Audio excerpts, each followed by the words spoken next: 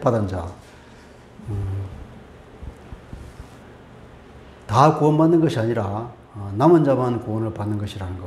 그리고 그 뒤에 보면은 이제 10장에 보면은 남은 자가 있다. 그죠?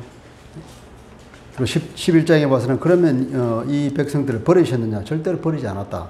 그러면서 이제 그 남은 자가 있다고 그러죠. 엘리야 얘기를 하면서 하나님께서 엘리야가 이스라엘 고발을 하나님께서 7,000명을 남겨뒀다 그랬잖아요. 그러니까 많은 사람을 남겨뒀다는 거죠. 우리가 모르는 많은 사람이 있다는 거죠. 이 구원 사역은 전적으로 하나님이 이끌어가는 것이기 때문에 하나님께서 그 무한하신 능력과 하나님의 그 우리가 다 알 수 없는 그런 놀라운 섭리를 통하여서 이루어 가신다는 것을 바울이 변정해 나가면서 이방인들은 믿음을 통하여서 구원을 얻었고, 그러나 이스라엘 사람들은 믿음이 아닌 행위를 쫓아서 자기의 의를 구하기 때문에 자기가 구하는 그 의에 이르지 못하였다. 그런데 사실은 12절에 보니까 이게 굉장히 중요한 구절 같아요. 그들의 넘어짐이, 그들의 범죄함이 세상의 풍성함이 되며 세상의 부요가 되며, 그죠? 그들의 실패가 이방인의 풍성함이 된다면 하물며 그들의 충만함이리요 그랬거든요. 그러니까 이스라엘 사람들이 하나님 앞에 범죄하고 넘어지고 그런데 그것이 오히려 세상에 대해서, 이방에 대해서 하나님의 놀라운 부요함을 가져왔다는 거죠. 말하자면 이스라엘은 그 타락까지도 세상의 부요를 가져왔다는 것 아니겠습니까? 이게 어떻게 보면 아브라함에게 약속하신 하나님의 약속이 성취인지도 모르겠어요. 아브라함이 복이 된다 그랬죠. 아브라함, 너는 네 자신이 복 그 자체다. 네가 복이 된다. 너로 인하여서 천한 만민이 복을 얻을 것이라 그랬는데, 그 말대로 아브라함의 후손인 이스라엘 사람들이 넘어져도 코가 깨진 겁니까? 넘어져도 이 타락을 해도 세상의 부요를 가져왔다는 거죠. 이건 전적으로 하나님의 역사함이죠. 그죠? 그래서 이스라엘 사람들이 오히려 그 타락함으로 인해서 하나님의 구원이, 하나님의 풍성한 구원의 은혜가 이방에게 넘어갔다는, 그래서 이방에게 세상에 풍성함을 가져왔다는 것입니다.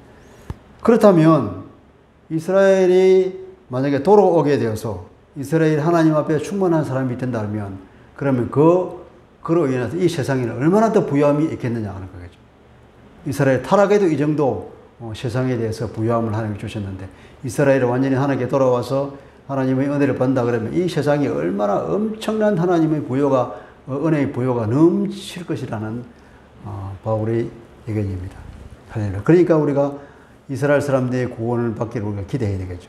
그들까지도 마지막 구원에 이를 때 이 온 세상에는 하나님의 이 구원의 은혜가 너무나 넘칠 거라는, 그러면서 주님이 재림에 오실 거라는 그 기대를 우리가 가지게 되죠. 자, 그러면서 이제 17절에 들어갑니다. 한 가지, 또한 가지의 얼마가 꺾이었는데 돌감람나무의 네가 그들 중에 접붙임이 되어서 참감람나무 뿌리의 진액을 함께 받은 자 되었은즉. 그죠? 이제 그러니까 이방인 그리스도인들이 이스라엘 사람들에 대해서 자랑하지 말아라고 하는 얘기를 하면서 이제 이 얘기를 합니다. 가지의 얼마가 꺾였다. 포도나무는 이스라엘을 상징하는 것으로 잘 쓰죠. 그러니까 포도나무 가지가 하나 잘라지고 거기에 돌감람나무였던, 감람나무 하지 말고 올리브를 합시다. 돌 올리브 나무에 있던 이방인이 그 가지가 잘려져서 거기에 접붙임이 되었어. 그리고 참 올리브 나무의 진액을 함께 공급받는 그런 은혜를 받았는데, 그런 네가 18절에 보면 그런 네가 그 가지들을 향하여서 자랑하지 말아라. 다른 가지들, 그 꺾인 가지나 다른 올리브나무 가지를 향해서 자랑하지 마라. 만일 네가 자랑한다 할지라도 잘 알아라. 네가 뿌리를 보존하는 것이 아니라 뿌리가 너를 보존하는 것이다. 이방인 그리스도인들이 유대인들에 대해서 자랑하지 말아라. 말하자면 그 구원의 뿌리는 어디에서 나온 겁니까? 아브라함으로부터 시작된 거잖아요. 그죠? 이스라엘의 조상들에게 약속하신 하나님과 약속이 먼저 이제 이방인들에게 성취가 되어서 그 구원의 은혜를 얻었다는 것을 잊지 말라는 거죠.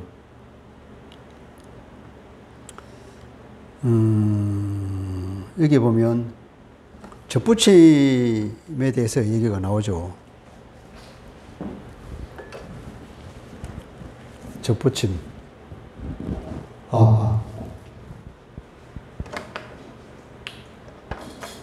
목사님 접붙임을 해보신 적이 있습니까? 시골에서 가지 짜가지고. 그 예를 들면 시골에서는 저기 접붙임을 많이 하는 것이 한국에서는 감나무 접을 많이 합니다. 감나무 이게 감나무는 맞으면 돌감나무 같은 거. 돌감나무 같은 걸 이제 고염이라고 그러죠. 고염나무는 이게 감 비슷한 아주 자그마한 열매를 맺는 겁니다. 거기다가 단감 아주 그 큰 열매를 맺는 가지를 요만한 걸 잘라와요. 잘라와서 이 말하자면 고염나무가 이렇게 올라오면은 이게 흙이 있으면 여기 그냥 잘라버려요. 잘라버리고 여기 요 껍데기 약간 안쪽에다가 이게 잘라가지고는 이 자른 가지에다가 가지가 여기는데 이렇게 이제 이거 우미 돋는 거 있죠? 우미 돋는 거 이걸 이렇게 딱 자릅니다. 이렇게 잘라가지고 이걸 여기다가 갖다 집어넣는 거예요. 그러면 여기서 오는 이 진액이 이쪽으로 통하여 들어가는 거죠. 그러면 이 진액을 통하여서 이게 서로 붙어버린다. 붙은 이후로는 이게 여기서부터 점점점 무르무르 자라가지고 여기서부터 난 가지가 큰 가지가 돼서 그럼 여기서 풍성한 열매. 이 열매는 뭐냐면 이 가지는 아주 큰 단감을 연단 말이에요. 그런데 바울이 설명하는 접붙임은 어떻게 되어 있죠?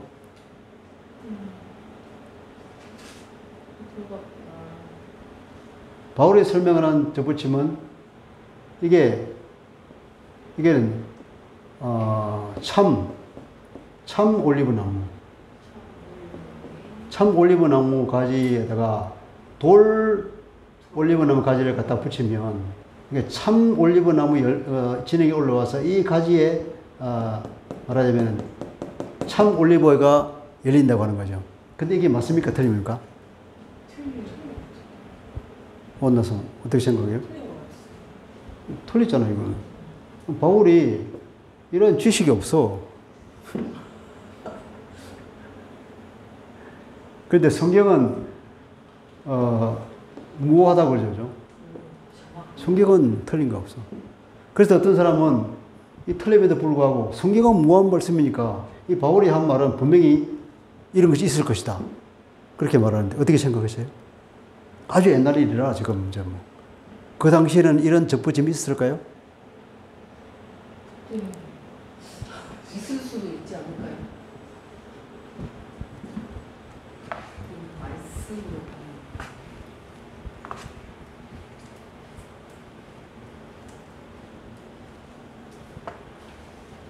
성경이 무효하다고 하는 것은 여기서 말하는 바울이 전하는 메시지가 무효하다는 거예요. 바울이 뭘 말하려고 하느냐, 이걸 통해서.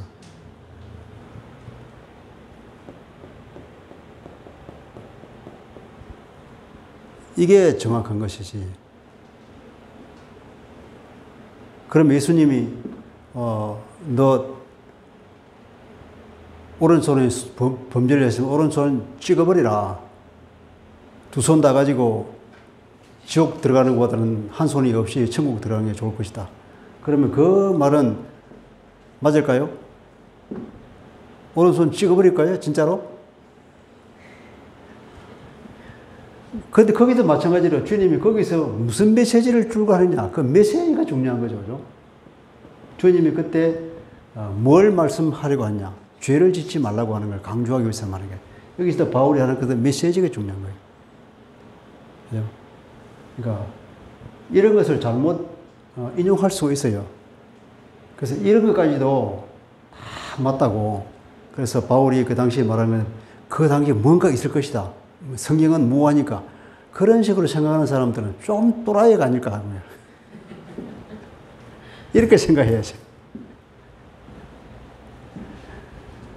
성경이 무엇이라는 것은 그런 것입니다. 또 이런 것도 있죠. 우리가 가끔 성경을 보면 앞뒤가 안 맞는 경우가 있을 수 있죠. 네. 그런 대부분은 어디서부터 문제가 생겼냐? 이 필사 과정에서. 필사 과정에서 뭔가 오류가 있어서 생겼다. 그래서 성경은 무한 거예요. 말하자면 필사하는 사람 잘못해서 잘못 옮겨가지고 글자가 틀리거나 하는 것이 잘못될 수 있다. 이런 것들.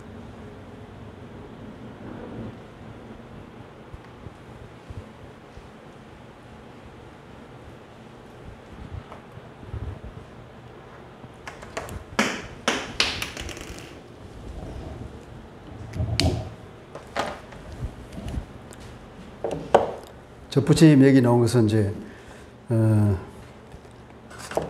이게 농사에 관한 어떤 그 지식이 없는 사람들은 막 그러려니 하고 넘어가는데 이걸 아는 사람은 이제 왜 이렇게 잘못됐지? 이렇게 생각할 수가 있는데 이럴 수 있는 거예요. 바울이 그냥 이 농사에 관한 지식은 없이 그냥 이것을 비유로 사용해서 메시지를 전한 겁니다. 그런데, 우리가 18절에 보면은 그 가지를 향해 자랑하지 말아라. 말하는데 아마 그 당시에도 벌써 유대인들에 대한 어떤 뭐랄까 혐오감 그런 것이 있지 않나 싶어요. 그 이스라엘에 가 보니까 이스라엘에 그 큰 박물관이 있던데 박물관 이름이 야드 바셈인가? 이름이 야드 바셈. 이 야드는 손이에요, 손. 바는 그냥 엔더. 그리고 셈은 이름이잖아요, 그죠? 셈 이름. 그러니까 이 박물관 이름은 손과 이름이에요. 영문이면 야드 바셈이란 큰 박물관인데 거기 가니까 이제 이스라엘 유대인 학살에 관한 것이 주로 많이 있더라고요. 그 유대인 학살 봤죠, 그죠? 유대인 학살이 얼마나 학살이 심하게 이루어지는가. 나치가 해서 600만 명이 학살당하고 그런 것들. 그걸 일반적으로 유대인들에 대한 그 반감, 엔티세미티즘 있을까?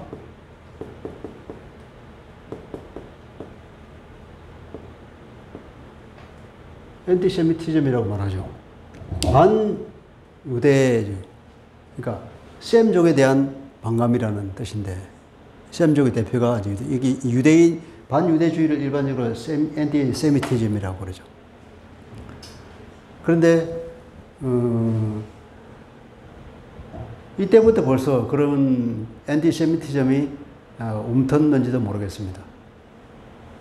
이건 그 당시로는 아마 엔티세미티즘이 아니라 하더라도 유대인들이 또 워낙 벨라잖아요. 벨라서 로마에 가서는 로마의 풍습을 따라야 되는데 한치의 양보도 없이 유대인의 풍습을 그대로 하고 법률도 잘 안 지키려고 그러잖아요. 그러니까 사람들이 미움을 받는 거지. 어쨌든 이때부터 그런 유대인의 어떤 특별한 그 민족 의식 때문이기도 하고 또 누구냐면 이 유대인들에 대해서 메시아를 죽인 민족이잖아요. 하나님을 죽인 민족인데 그 기독교인들의 이 유대인들에 대한 감정이 좋을 리가 없는 거예요.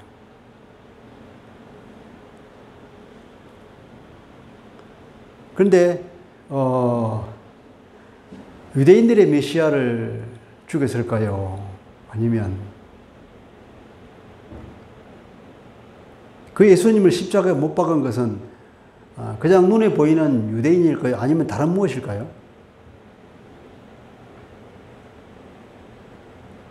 못 박은 사람이? 십자가에 예수님을 십자가에 못 박은 것은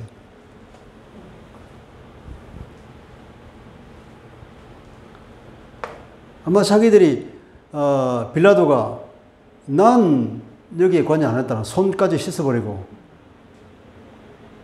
이 피는 나오는 상관자들이 그 피를 우리와 우리 조상들에게 돌리십시오 이렇게 외친 사람들이 유대인이잖아요. 어떻게 보면 유대인 대학살이라든지 엔티세미티즘 같은 것이 아마 그들이 외쳤던 것의 자업자득이 아닐까 싶기도 해요. 그런데 그건 알 수가 없는 거지만 그 모든 그걸 우리와 우리 후손들이 다 감당하겠다고 자신 있게 선포했으니까 거기에 따른 박해를 유대인들이 받는 것도 당연한 것이다 하지만 그러나 그렇다고 해서 그것이 온당한 건 아니잖아요. 근데 이 메시아를 죽인 이들은 그런 낙인을 찍어서 그런데 사실은 예수님이 십자가에 못 박힌 것은 유대인들이 죽인 그건 사실이 부인할 수 없는 거잖아요. 보다 더 본질적으로 들어가면 이 죄잖아요, 죄. 그죠? 사탄이 죄라는 이름으로 찾아와서 사람들을 부추겨서 그리스도를 십자가에 죽게 만든 거죠. 그러니까 하나님이 이것을 통하여서 이 사탄을 처벌한 것 아니겠습니까? 처벌한 거잖아요. 그 계시록을 보면은 왜 하늘로서 그 천사들이 내려와서 이 사탄을 결박해가지고 1000년 동안 무적행에 가둬놓았다고 해요. 그 가둬놓았다는 게 바로 이걸 말하거든요. 십자가를 지시고 사탄을 창세기 3장 15절에 그 머리를 깰 것이라는 그 하나님의 약속을 여기다가 성취를 하면서 사탄을 이제 처벌한 것 아닙니까? 그렇게 해석하는 거죠. 계시록에 나오는. 이미 그렇게 해서 사탄이 무적행에 잡혀 들어간 거죠. 우리 새로운 해석은 그때부터 이제 천년왕국이 시작된다고 말하는 거예요. 주님이 재림 올 때까지, 그때까지. 지금 이 시대가 천년왕국인 셈이죠. 그죠? 우리 요한계시록 강의할 때 했죠. 기억납니까? 그러니까 유대인들이 주님을 십자가에 못 박은 것이 아니라 이 죄, 즉 사탄이 주님을 십자가에 못 박은 건데 그러면서 사탄은 자기가 이겼다고 박수를 치면서 쾌재를 불렀지만 그러나 하나님께서는 반전을 일으켜서 보죠. 부활하셨단 말이에요. 부활하시고 오히려 또 이 로마서 8장 3절에 보면은 이 육체 주님께서 자기가 그 육체 안에다가 죄를 가두어서 그 육체에다가 하나님께서 주님의 육체를 심판했잖아요. 이 죄인으로서 십자가에 달린 주님은 철저하게 우리의 죄를 대신 짊어지고 달린 죄인으로 죽었단 말이에요. 죄인으로서 그 죄를 하나님께서는 무자비하게 어떻게 했습니까? 저주를 때려버린 거잖아요. 하나님께서 자기 아들이 아니라 완전히 외면하면서 죄에 대해서 완전한 심판을 내려버렸다는 거죠. 모든 사람들의 죄를 다 당신의 육체 안에다가 담아서 그 육체에 있는 죄를 심판해버린 것이 십자가 사건이라는 거예요.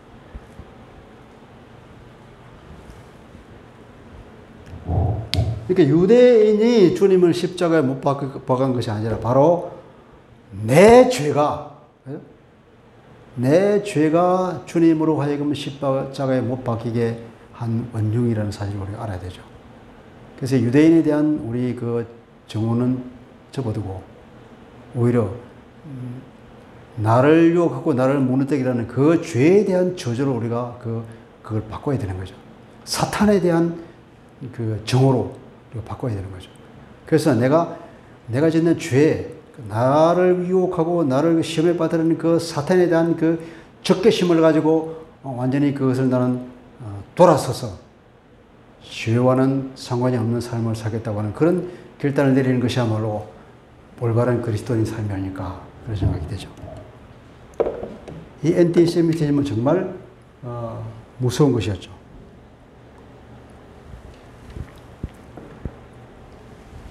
어떻게 보면 그 이후 2000년 동안 유대인들은 기독교로부터 박해를 받았다고 볼 수 있죠.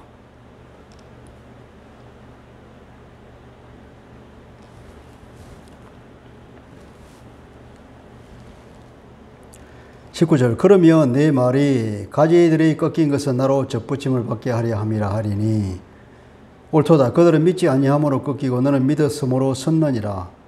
그러나 높은 마음을 품지 말고 두려워하라. 그러니 이제 바울이 권합니다. 이방인 그리스도인들에게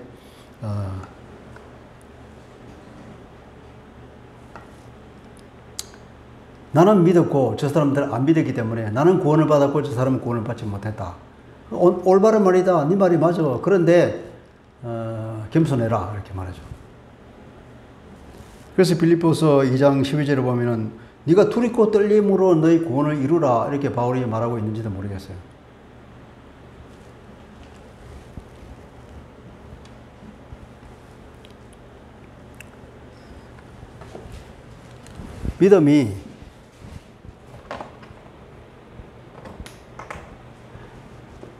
믿음으로 우리가 구원을 얻잖아요. 그죠? 근데 이 믿음은, 어떤,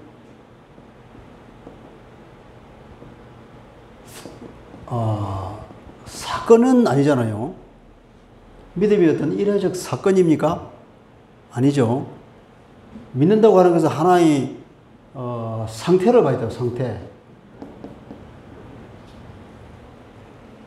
나는 믿습니다. 나는 예수를 믿는 사람입니다. 그러면은 나는 예수를 믿었던 사람이 아니라 나는 지금도 믿고 있는 사람이죠. 그러면 이 믿음이라는 것은 어떤 지속적인 상태를 말하는 거란 말이죠. 믿음으로 구원을 얻습니까? 그럼 지금도 당신이 믿고 있습니까? 그러니 이 지속이라는 거죠.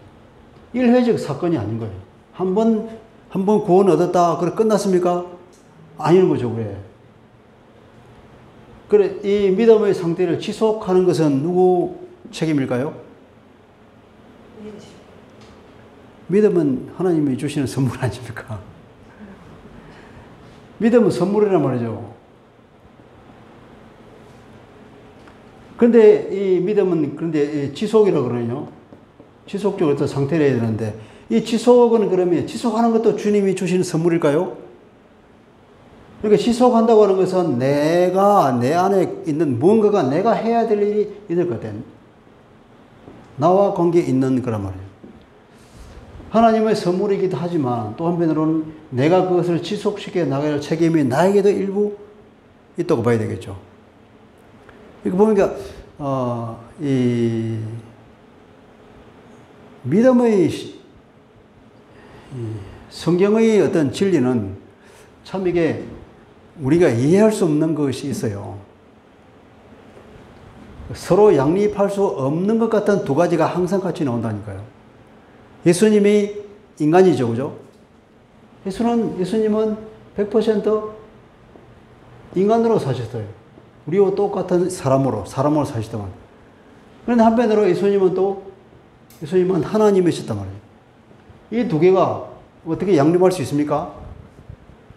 우리의 사고로는 이해할 수 없는 말이잖아요. 또 성경은 누가 썼습니까? 하나님이 썼어요. 성령의 감동으로 썼기 때문에 하나님이 썼어요. 성경의 저자는 하나님, 성령님. 또 한편으로 보면은 성경은 누가 집필했습니까? 사람이 썼단 말이에요.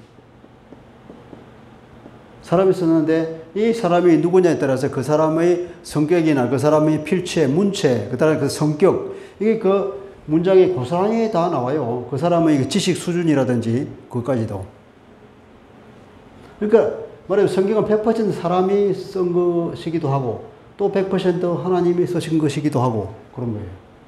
인간이 구원을 얻는 것도 100% 하나님이 믿음을 선물로 주는 것 같기도 하지만 또 한편으로는 내가 그 믿음을 지속하는 하는 책임이 나에게도 있다고 봐야 되는 거예요. 이 양립할 수 없는 거지만 어쨌든 그렇게 생각해야 되는 거죠.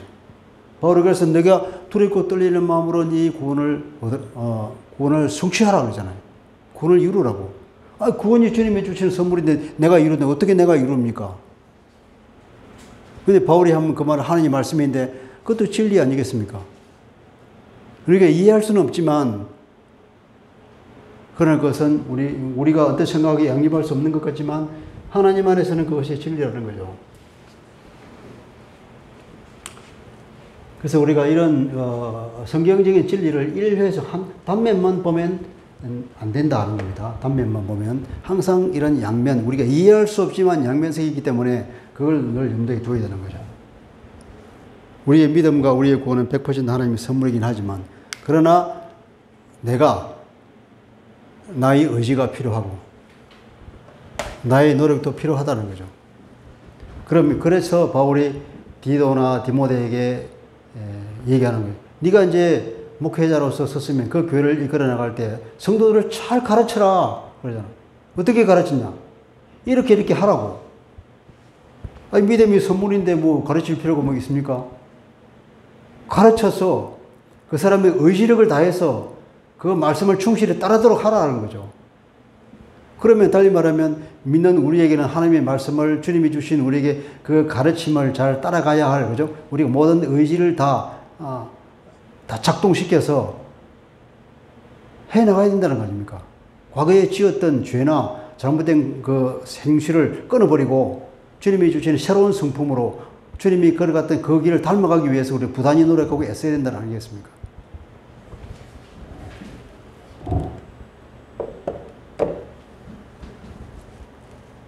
(21절) 하나님이 원가지들도 아끼지 아니하셨은즉 너도 아끼지 아니하시리라. 이런 말도 있죠, 그죠? 원가지들도 안 아꼈는데 너라고 아끼겠냐? 이렇게 말하는 거죠. 너도 유대인처럼 하나님의 뜻을 거부하고 불순종하면은 그 가지 잘라버리는 거지. 무서운 말 아닙니까, 이거? 이 이방인 유대인들에 대한 강력한 경고 아니겠습니까?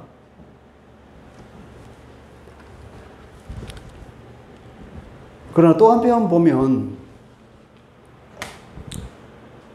8장 뒤에서 보면 하나님이 우리를 위하신다. 누가 우리를 고발하겠냐? 절대로 그 어떤 것도 어떤 존재도 천상천하에 뭐 과거 현재 모두를 통틀어서 하나님이 그리스도 안에서 우리를 사랑하는 그 사랑을 아무도 끊을 수가 없다. 그렇게 바울이 선포하죠. 그러면서 그 하나님이 우리에게 주신 그 구원이 얼마나 완벽한 것인가를 노래했잖아요. 8장 마지막에 보면. 이 구원, 하나님이 주시는 그 구원은 하나님이 주신 건데 아무도 끊을 수가 없어요, 이 구원은. 그죠? 그런데 보면은 너도 이 구원에서 떨어질까 조심해라. 그러면 뭐 어떻게 됩니까, 이게? 구원이 끊어질 수 있겠습니까? 그래서 어떤 사람은 한 번 구원을 받아도 나중에 이 믿음에서 떨어지면 구원에서 떨어질 수 있다. 그죠? 이게 뭐 알미니안입니까? 대표적으로 반대되는 게 칼빈은 예정론을 얘기하잖아요. 예정론. 알미니스트들은 아니다. 예정을 좀 달리 생각하면서 너가 나중에 믿었다가 구원을 얻었지만 나중에 삶을 잘못 살면 다시 구원을 떨어져. 이렇게. 칼빈했다가 하나님이 예정하신 건데 그러면 하나님이 완전하신 분이 아닌가? 전지전능하신 하나님이 한번 구원을 주시면 거기에 완벽해야지. 그것이 다시 떨어진다 그러면 하나님이 그렇게 그냥 하나님이 주시는 거지 불완전한 것이 있을 수 있나? 그게 있을 수 없어. 하나님 한번 구원을 주면 그건 완벽한 거야. 절대로 있을 수 없어. 그렇게 말하죠. 이 두 가지가 다 일리가 있어서 성경에도 그런 거 이렇게 아까 이런 것처럼 뭐죠? 가지다 잘라버린다 이렇게 말하고 그런 말이 가끔 있다면 둘 있고 떨리면 구원을 이루라고 이렇게 말한 그런 말이 있기 때문에 이 사람 말이 전적으로 틀렸다고 증명할 수가 없어요. 또 이 말이 틀렸다고 증명할 수도 없어. 그래서 이렇게 따르는 주의가 있고 이렇게 따르는 주의가 있는 겁니다. 그죠? 이렇게. 뭐가 옳은 것 같아요?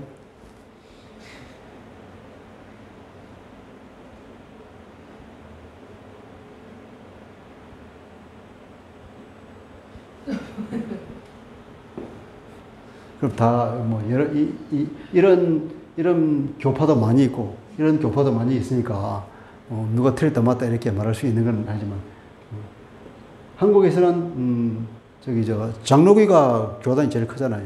장로교는 철저하게 칼빈주의를 따르고 있기 때문에 이렇게 생각하는 거죠. 이렇게 생각할 때는 어떻게 되냐? 성경에서 말하는 구원이 떨어졌다 하는 것은 원래가 나중에 처음에 예수를 믿었는데 나중에 안 믿어가지고 구원에서 떨어졌다고 볼 만한 사람들이 많이 사실이 있는데 이 사람들은 원래가 여기서 믿었고 구원을 얻었다고 생각되면 원래부터 아니야. 이건 가짜였어. 그렇게 말하는 거죠. 가짜였다. 우리가 볼 때는 그 사람이 믿은 것처럼 정말로 신실한 하나님의 예수님이 제자가 된 것처럼 활동했지만 사실은 그 마음에 하나님을 제대로 모르고 예수를 제대로 몰랐던 사람이다. 오해하면서 스스로 자기 복음 안에서 살았던 사람이다. 나중에 세월이 지나서 그것이 아니라는 것 스스로 밝혀진 거다. 그래서 이제 믿음이 떨어지면서 보이는 것은 그러니까 이게 본색을 드러낸 것에 지나지 않다. 그렇게 보는 거죠. 이 알미란 주는 얘기가 그 봐라. 분명히 예수를 믿고 구원을 얻었는데 자기가 열심히 믿음을 쫓아가지 않으면 이런 꼴이 난다. 그러니까 너 조심해. 그렇게 말하는 거죠. 어떻게 보면은 목회적 관점에서는 이렇게 얘기하는 것이 사람들에게 더 잘 가르치기 위해서는 좋을지도 모르죠. 가끔씩 겁도주면서 너 잘못하면 구원 떨어져. 그러기 때문에 구원 되겠어? 더 열심히 믿어야지. 이렇게 격려할 수 있는 건 될 수 있겠죠. 칼빈주의는 그렇게 말 안 한다고. 하나님이 그렇게 불완전한 하나님인가? 하나님이 한 번 주는 것은 완전한 거지. 원래부터 이 사람은 구원 안 받은 거야. 구원 안 받은 거. 드디어 이때 이제 본색이 드러나는 것일 뿐이다. 우리는 알 수 없는 거죠. 저는 칼빈주의를 따르고 있습니다.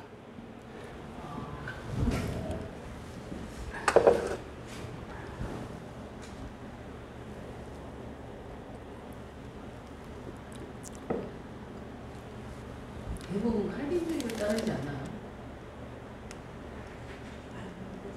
아니 그러니까 아니냐는 저것도 있는데 우리나라 좀 대부분 예수님 때 마태복음 15절에서 유대인들이 실패한 이유가 하나님의 뜻을 따르지 않고, 그죠? 하나님의 뜻을 따르는 거. 조상들의 유전을 따랐다고 그러잖아요. 조상들의 유전을, 그러니까, 요즘 기억이 잘 안 나서. 유대인은 성경을 자기들이 해석한 책 있잖아요. 그거. 뭐라 그러죠, 그거? 그래, 탈무드. 사모님이 제일 어리다. 탈무드가 이제 여러 이제 구성되어 있는데, 이 주로 랍비들이 성경 말씀을 해석해 놓은 거란 말이에요. 해석해 놓고, 또 어떻게 보면은, 우리가 법률을 따지자면은 헌법이 있고, 그 헌법을 구체화시키기 위해서 이제 법률을 만들어요.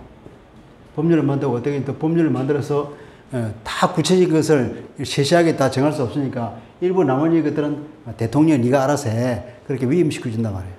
그러면 대통령이 이제 시행령을 만들어요. 대통령령을 만들어서 자세한 걸 붙여. 그래서 대통령이 자세히 못하니까 나머지 자세한 것은 이제 근데 장관 네가 알아서 해. 그럼 각 그 부에 말하자면 이제 부령을 만들어. 부에서 영을 만든단 말이에요. 그것조차도 만들어보고 또 더 자세한 게 필요하니까 또 이제 뭐 시행규칙 같은 거.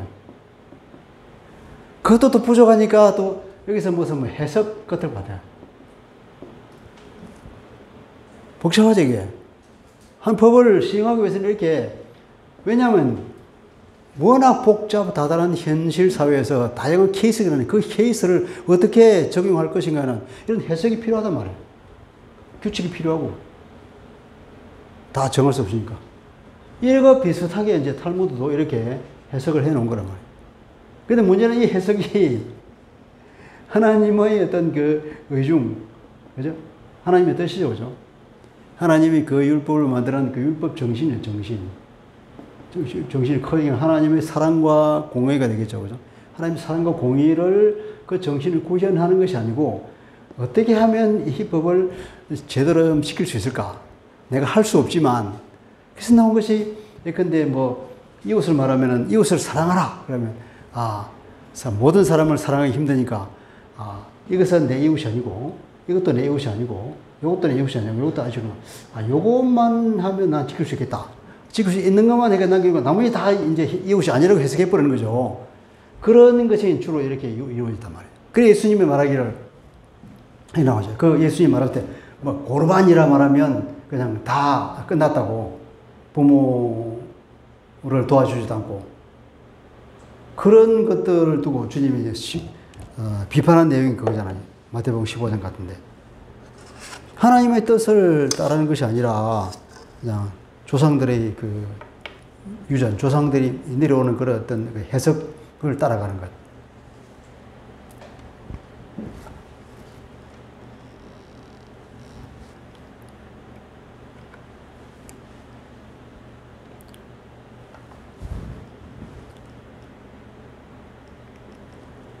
어쨌든 이스라엘 사람들이 광야의 유대인들이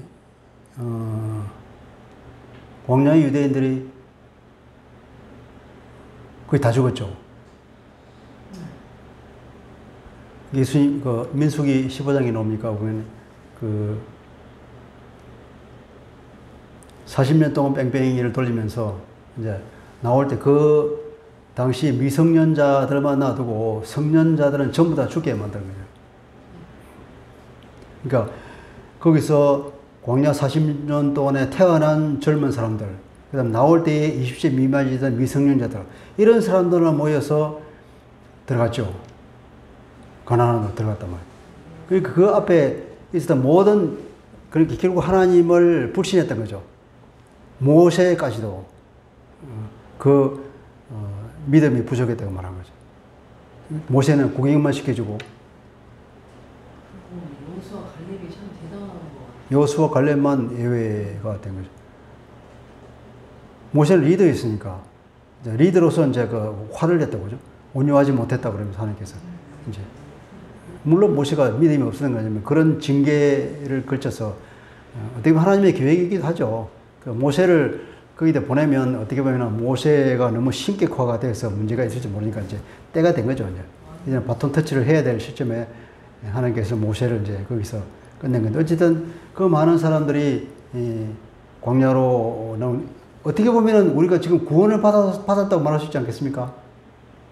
이렇게 비유를 시키자면 이제 예수를 믿었어.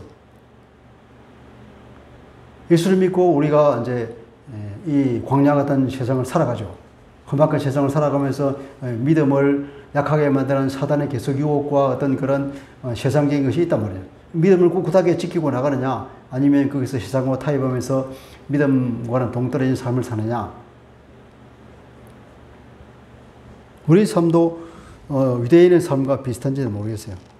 근데 히브리서에 보면은 그들이 믿음이 없었다는 거죠. 결국 구원을 얻느냐 못 얻느냐는 믿음에 결정이 되는 거죠.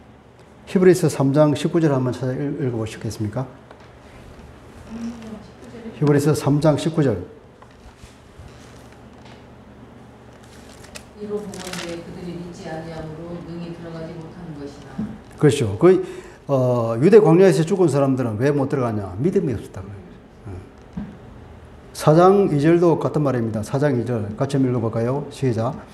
그들과 같이 우리도 복음 전함을 받은 자이나 들은 바 그 말씀이 그들에게 유익하지 못한 것은 듣는 자가 믿음과 결부시키지 아니함이라. 복음을 들었는데 그것을 믿음으로 반응하지 않으면 구원을 못 얻었다는 거죠. 어쨌든 구원은 결국 과거나 현재나 믿음이라는 거죠. 이스라엘 사람들에게도 마찬가지고 광야에 있은 사람들의 믿음이고 모세 이후의 사람들은 다 믿음이고 예수님이 오실 그때도 역시 믿음이고 예수를 믿는 믿음이고 그 당시에는 하나님의 말씀을 믿음이고 예수님 이후에는 주님의 십자가를 지은 그 복음을 믿는 것. 하나님께서 구원자로 예수 그리스도를 보내시고 그 하나님의 모든 구원 계획을 믿는 그 믿음이 없으면 구원을 얻지 못한다는 겁니다.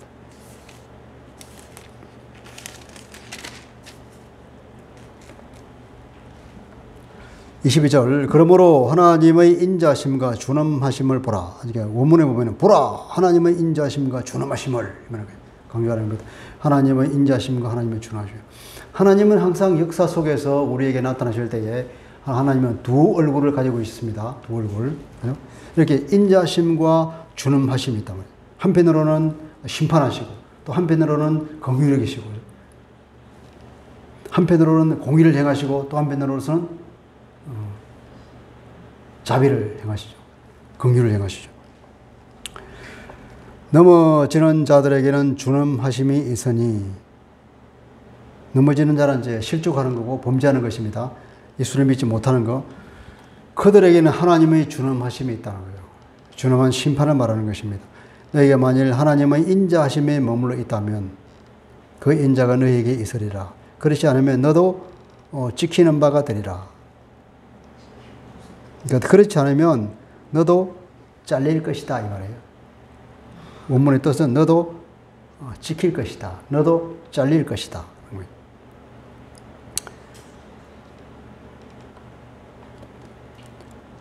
믿음 가운데 있지 않으면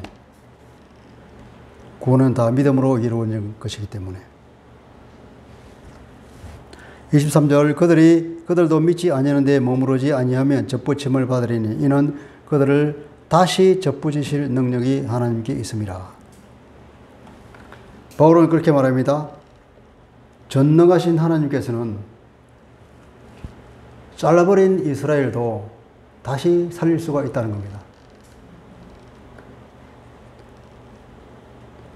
그들이 믿지 않아서 가지에 잘려버리고 하나님의 심판을 받고 구원 속에 들어가지 못했는데 그렇다고 해서 이스라엘이 완전히 끝난 것이 아니라 그들도 다시 돌이키면 하나님께서 다시 붙여주실 수 있다. 전능하신 하나님이기 때문에.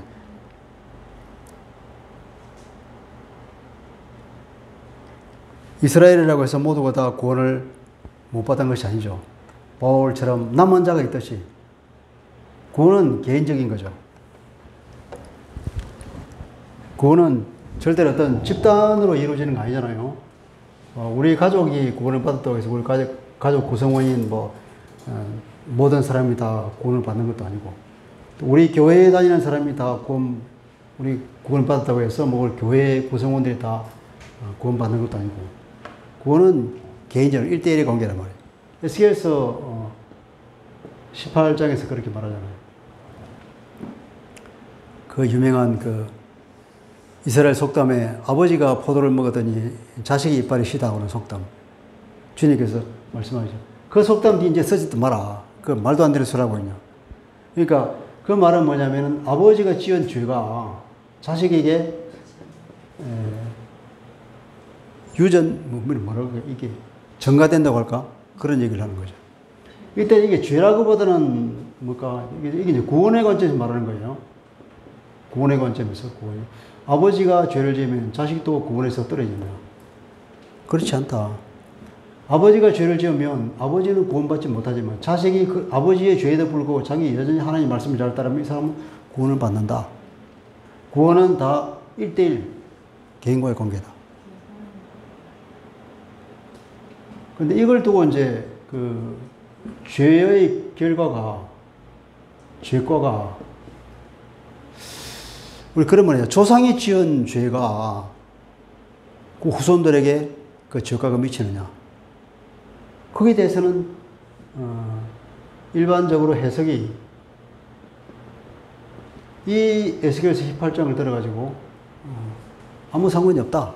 그렇게 말해요. 이게 아마 대체적인 해석일 거예요. 그런데 거기 하나님의 성품을 말하는 창세기 출애굽기입니까? 출애굽기 34장 6절 보면 분명히 선포되어 있는데 내가 다 용서하지만은 그러나 그 죄는 절대 용서하지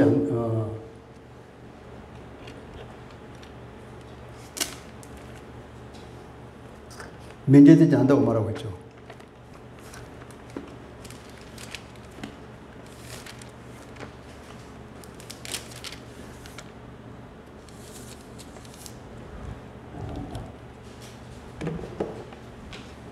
하나님께서 모세에게 스스로를 계시하면서 하나님께서 어떤 분인가를 말합니다. 여호와께서 그 앞으로 지나시며 선포하시되 여호와라 여호와라 자비롭고 은혜롭고 노하기를 더디하고 인자와 진실이 많은 하나님이라. 하나님이 이런 성품을 가진 분이에요. 인자를 천대까지 베풀고 악과 과실과 죄를 용서하시는 분이다. 그러나 벌을 면제하지는 아니하고 아버지의 악행을 자손 3, 4대까지 보응하리라.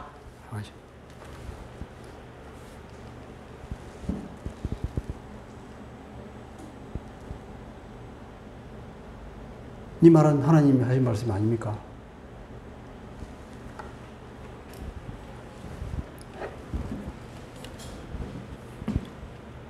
이 죄과에 대한 벌이죠, 벌. 이 죄에 대한 벌은 하나님께 이건 면제가 없는 거예요, 면제가. 자기가 지은 죄는 자기가 아마 되면 그 후손에게까지도 이 벌이 계속 간다는 겁니다. 3, 4대까지. 그런데 이걸 에스겔서 18장과 같이 묶을 수는 없는 거예요. 에스겔 18장은 뭐냐? 구원과 관계된 거예요, 이거는. 자기의 죄는 자기가 죄를 지으면 자기가 죽는 거고, 그 자기 죄 때문에 아들이 죽는 건 아니다.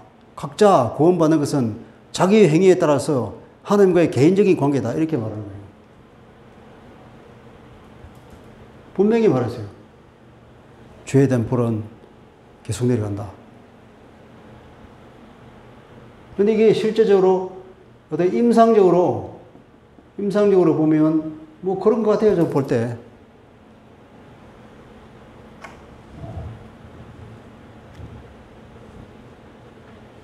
그리고 어떤 사람은 어떤 책에 보니까 가문에 흐르는 저주를 끌어라. 이런 책이 나오죠. 몇십 년 됐죠.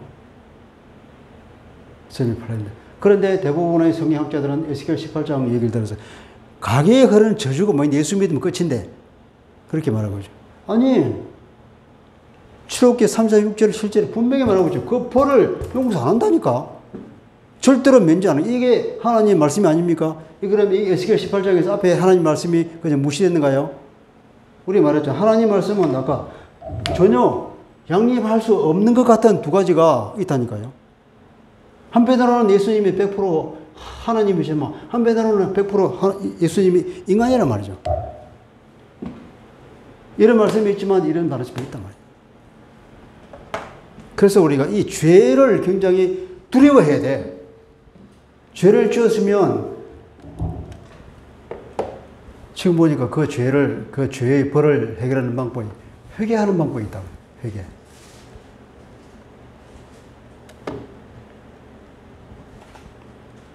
어찌든 회개를 통해서 그 문제를 해결하도록 노력해야 되지. 죄는 어떻게 보면 임상적으로 볼 때 사탄과 동질의 양면인 것 같고, 우리가 죄를 지은다고 하는 것은 그때 사탄이 파고 들어왔다는 얘기 될 수 있는 거죠. 내가 그 사탄을 불러들였다는 거예요.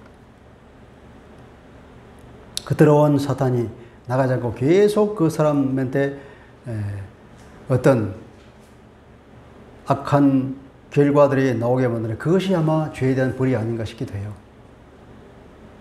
그걸 쫓아내야 되는데, 그 쫓아내려면 일반적으로 다 얘기하고 회개해야 된다고 그렇게 말하고 있죠. 이건 뭐 성경에 나와 있지 않으니까 거기에 대해 우리가 이론화시킬 수는 없는 것이죠.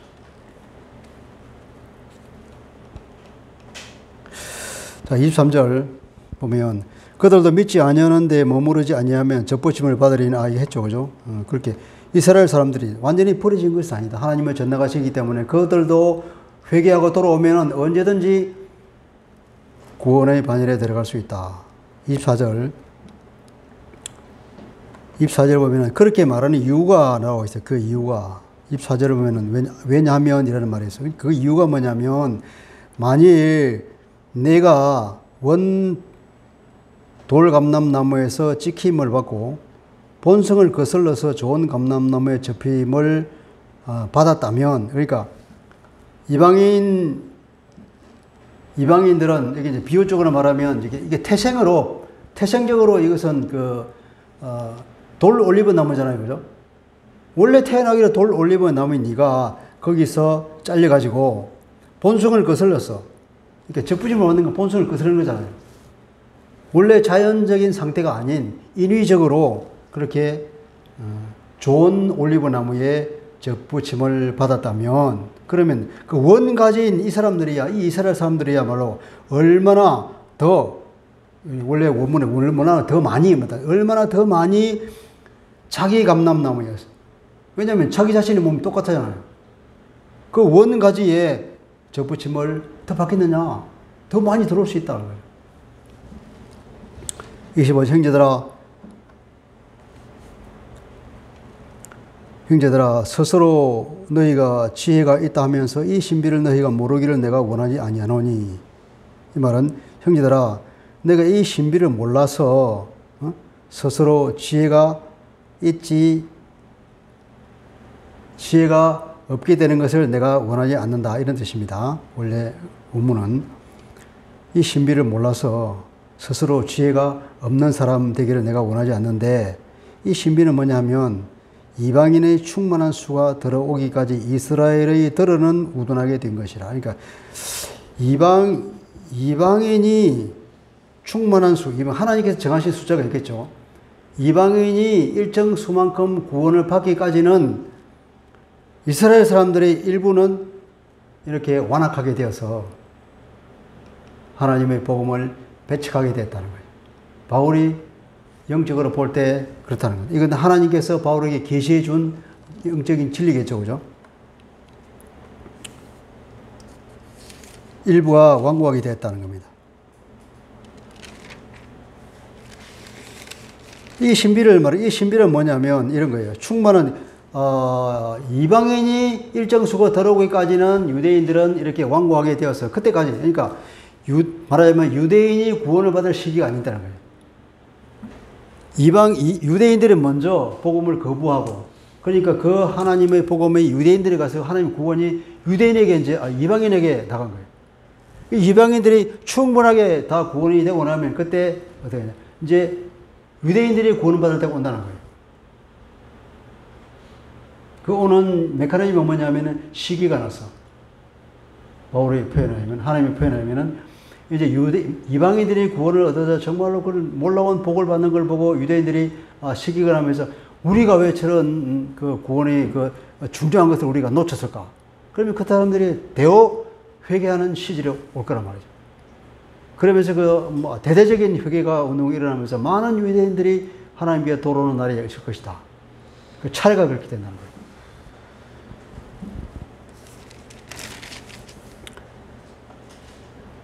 (26절에) 보면 그리하여 온 이스라엘을 구원을 받는다. 여기까지가 그겁니다. 이 신비입니다. 신비. 너희가 이 신비를 모르기를 내가 원하지 않는다. 이 신비는 뭐냐? 이런 거예요. 이방인의 충만한 수가 들어와서 구원을 얻을 때까지는 유대인들이 완악하게 되었다가 다 구원받고 나면 유대인의 때가 되면은 대오각성해서 유대인이 한목의 주께로 많은 사람이 들어올 거다. 그러면서 온 이스라엘 구원을 얻을 것이다. 여기서 온 이스라엘이라고 하면은 이스라엘 사람들 모든 사람을 다 말할까요? 온 이스라엘.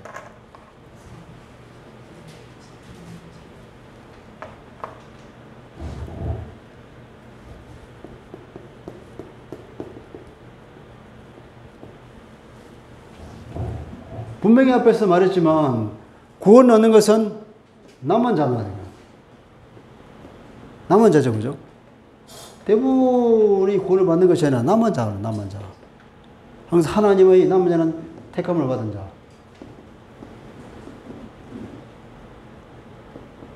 하나님의 특별한 택함을 받는 하나님의 주권에 의해서 모든 사람이 다 하나님의 진노 아래에 있는 죄 가운데 빠져 있어서 진노 가운데 있어서 다 심판받으려도 아무 소리 할 수 없는 그런 상태이지만 하나님은 그 긍휼이 있어서 하나님의 공의에 의해서 이 죄인들을 다 심판해서 다 지옥에 보내버리겠지만 하나님의 그 긍휼이 있기 때문에 일부는 택해서 구원시켜 준다는 거예요. 그래서 온 이스라엘이 그러지만 모든 사람이 이 대원칙은 변하지 않는 거예요. 대원칙. 지금은 이스라엘 사람 극히 일부만 바울을 보면은 아주 몇 사람만 구원을 받았는데 때가 되면은 많은 사람이 죽기로 도를 치절이 때가 있다. 그때는 많은 사람이 이스라엘 돌아오지만 그러나 다는 아니다라는 거예요. 다 이따도 하나님 특별하게 선택받은 자만이 들어올 거다. 그 사람은 구체적으로 어떻게 나타나냐? 예수를 믿는 믿음으로 나타날 거죠. 그죠? 그런 거예요. 예수를 믿는 믿음으로 밖으로 표출이 되는데 그 사람은 하나님의 택함을 받은 사람인 거죠. 이방인도 마찬가지로 많은 사람들은 다 예수를 거부해요. 그런데 일부만 하나님의 택함 받은 사람들만이 예수에 대한 믿음을 고백하고 하나님의 구원을 얻는 택함을 받는 은혜를 받는 거죠. 그리고 이 말은 결국은 과거의 선지자들이 그거 했던 거죠. 예언했던 내용이 실현된다는 겁니다. 기록된 바 그러잖아요. 이 기록 여기서는 이제 이사야서 59장 이후 20절 이후의 말씀인데 구원자가 시온에서 임하사 야곱에게서 경건하지 않은 것들을 돌이키시겠고 경건하지 않은 것들 자기들이 뭐 우상 숭배했던 그 우상을 다 돛가루로 만들어버리고 하는 그런 얘기가 나오는 거죠. 그렇게 해버린다. 내가 그들의 죄를 없이 할 때에 그들에게 이루어질 내 언약이 이것이라 함과 같으니라. 나의 언약. 내가 베풀어지는 언약. 이 언약은 하나님께서 직접 주는 겁니다. 우리가 서로 쌍붕어 계약을 맺는 그런 계약과는 다른 하나님 일방적으로 주는 약속이잖아요. 그죠? 약속이죠. 언약이라는 것은. 내가 주는 그 언약, 약속은 그들에게 주는 것은 바로 이것이다.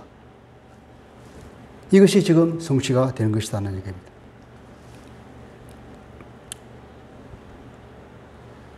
없인데요. 이게 다 하려고 그랬더니 조금 다음 시간 넘어야 되겠습니다. 목사님 말씀하실 때 나는 다음 믿었어. 기도합시다. 하나님 아버지, 이스라엘의 그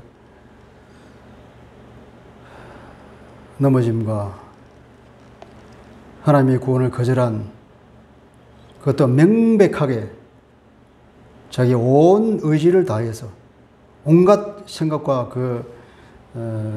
심사숙고와 그런 업무 가운데서 메시아를 죽인 유대인들이 아주 대놓고 하나님을 반역한 그들임에도 불구하고 하나님은 그 유대인들을 구원하시겠다고 하는 놀라운 계획을 보면서 하나님이 은혜가 얼마나 풍성한 것인지를 보게 됩니다. 바울은 말하기를 유대인들이 넘어지면서 세상에 부요를 가져왔는데 하물며 그들이 죽기를 돌아오면 얼마나 더 풍성한 하나님의 은혜가 세상에 넘칠까? 바울이 그렇게 고백했습니다. 정말 하나님의 은혜는 무궁무진하며 참 끝이 없는 것을 보게 됩니다. 우리가 먼저 이 복음을 믿고 예수님을 구주로 믿고 고백하는 우리가 주님의 하나님의 그 선택을 받아서 놀라운 은혜를 받은 정말 행운한 힘을 하나님 앞에 고백하며 감사를 드립니다. 하나님의 그 풍성한 그 은혜가 아니라면 우리가 이러한 구원에 들어갈 수가 없던 존재임을 주님 우리는 알고 있습니다. 하나님의 은혜가 얼마나 큰지 늘 하나님을 바라보며 감사하며 우리 주 예수 그리스도만 바라보고 주님이 그려갔던 그 발자취를 따라갈 수 있는 그런 주님의 신실한 자녀가 되기를 간절히 원합니다. 아버지, 우리 교회의 모든 사람들이 다 이러한 삶을 살고 모두가 주님의 신실한 제자로서 하나님의 칭찬을 받고 이 또 사랑을 모든 이웃에게 나눠줄 수 있는 또 모든 사람의 복음을 전하는 그런 사람이 될 수 있도록 은혜 베풀어 주옵소서. 예수 그리스도 이름으로 기도합니다. 아멘. 찬양 아까 했던